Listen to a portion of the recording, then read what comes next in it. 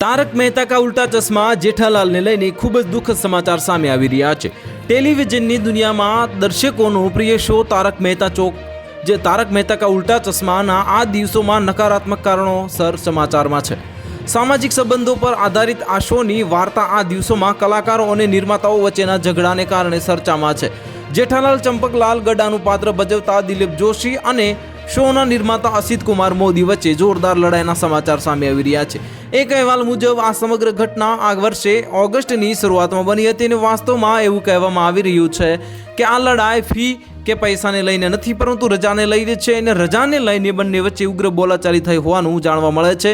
શોની નજીકના એક સૂત્રએ જણાવ્યું હતું કે દિલીપ એટલે કે જેઠાલાલે અસિત મોદીને શોમાંથી થોડા દિવસની રજા માંગી હતી, પરંતુ નિર્માતાએ તેમની સાથેની વાતચીત મોકૂફ રાખી હતી અને આ વાત પર જેઠાલાલ ખૂબ ગુસ્સે થયા હતા। તેમની વચ્ચે બોલાચાલી થઈ હોવાનું જાણવા મળે છે અને શોના એક સૂત્રએ વેબસાઇટને જણાવ્યું છે કે તે દિવસે કુશ શાહના શૂટિંગનો છેલ્લો દિવસ હતો।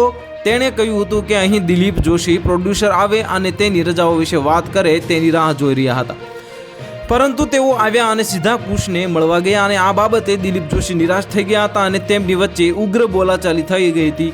અને એટલું જ નહીં, એવું કહેવામાં આવી રહ્યું છે કે ઝઘડો એટલો વધી ગયો કે દિલીપ જોશીએ તેનો કોલર પકડીને શો છોડી દેવાની ધમકી પણ આપી હતી।